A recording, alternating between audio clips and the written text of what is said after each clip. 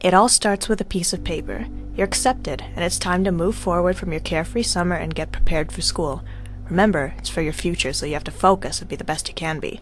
Thanks to student debt, lots of us are stuck trying to find out if we can use the 5th edition of a textbook instead of the 6th. It's even more daunting when you open them up and realize that the weight is comprised of 600 pages of tissue-thin paper that you're going to have to daintily flip through as to maintain the highest possible resale value.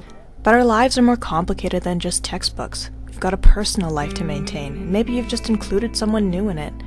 It's become apparent that your table is filling up faster than you'd expected, and with the growing additions, it's getting harder to organize everything.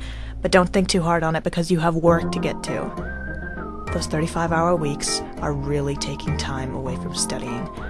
But a lot of us have rent, medical, and food to buy, when you have time to eat, of course. All of these stressors are so hard to manage alone, but you don't have time anymore to ask for help from friends, family, or even your significant other. The isolation of trying to handle all of these commitments can make you feel really trapped. You've got so much going on around you that at some point it becomes overwhelming.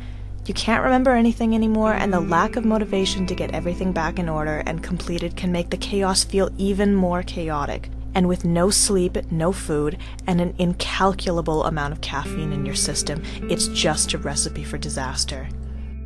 I was diagnosed in my 4th year of university with anxiety and depression, and had to spend a lot of time in the hospital recovering from the amount of strain I'd put on my body and my mind.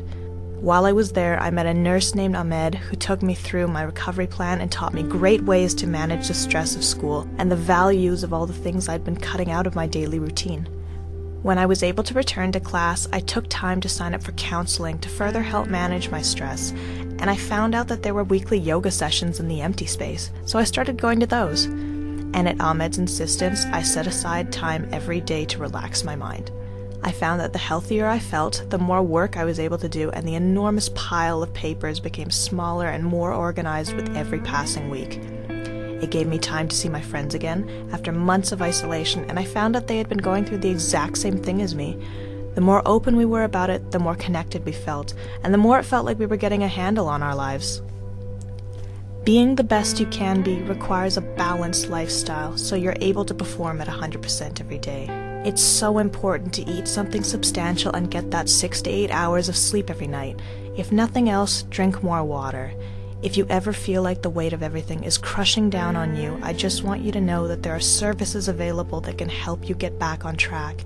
Even talking to a friend about what's making you stressed can help. We're all in the same boat, and what better way to express that than a piece of paper?